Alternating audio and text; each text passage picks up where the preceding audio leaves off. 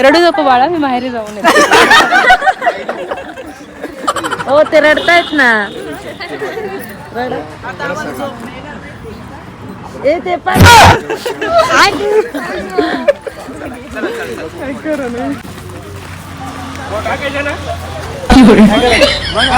रडू नका बर का.